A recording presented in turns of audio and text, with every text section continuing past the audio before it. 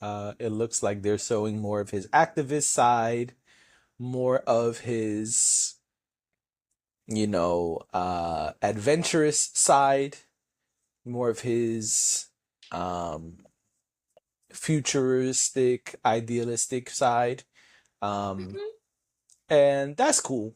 That What doesn't was the surprise other me. trailer? Sorry.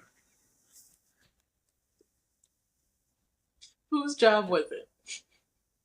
Because all of those things are interesting. I just, Um, it wasn't surprising to me, although I did not know this story. uh, But I did see an awesome documentary about Marlon Brando mhm. that took place because of Marlon Brando. Um, it came out in 2015, and it kind of some of the footage they took in the beginning of the trailer that talk about his life is actually in the same doc. And so this was interesting to me, but not surprising that he did this thing. No, the trailer does not look super exciting. It doesn't look like something I need to run to theaters to go see.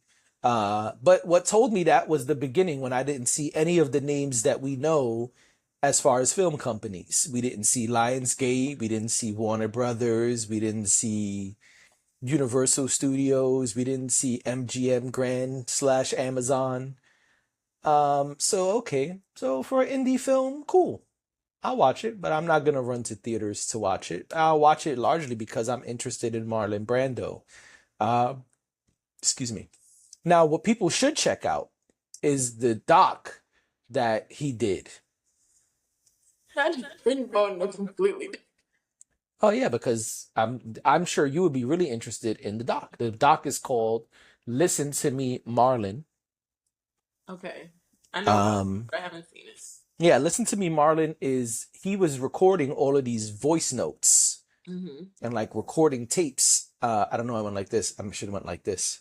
But he was recording all of these tapes when he was alive, um, and just about various different topics that he felt strongly about and his thoughts and all of these things. And he left them when he passed. He knew like, hey, do something with these tapes. And so they compiled all of the tapes. And Marlon Brando is actually the narrator of this film. They used AI Okay. and they digitized Marlon Brando, excuse me.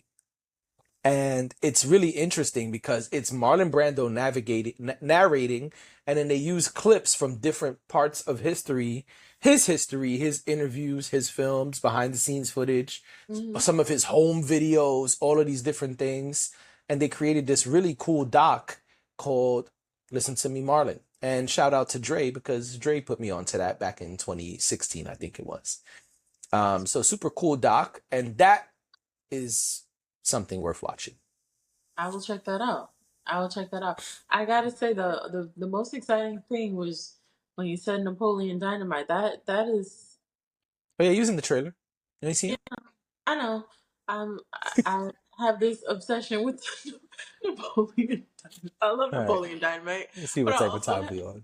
I also have this obsession because I have reason to believe that there is a Napoleon Dynamite statue on Disney slash Fox on a Disney slash Fox lot in LA. And you can Oh, only get to it if you have access to the studio. gotta call Issa Rae and get over there. Listen, I know people that work at Disney, and I'm always like, "You going to LA? Can I come? Are you going?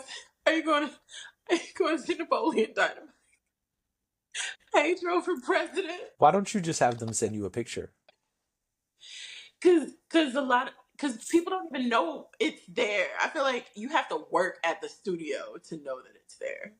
Got it. But now everyone knows. Well, our couple hundred subscribers know. And shout out to each and every one of you subscribers. Yeah. Hopefully this pod did not make you unsubscribe.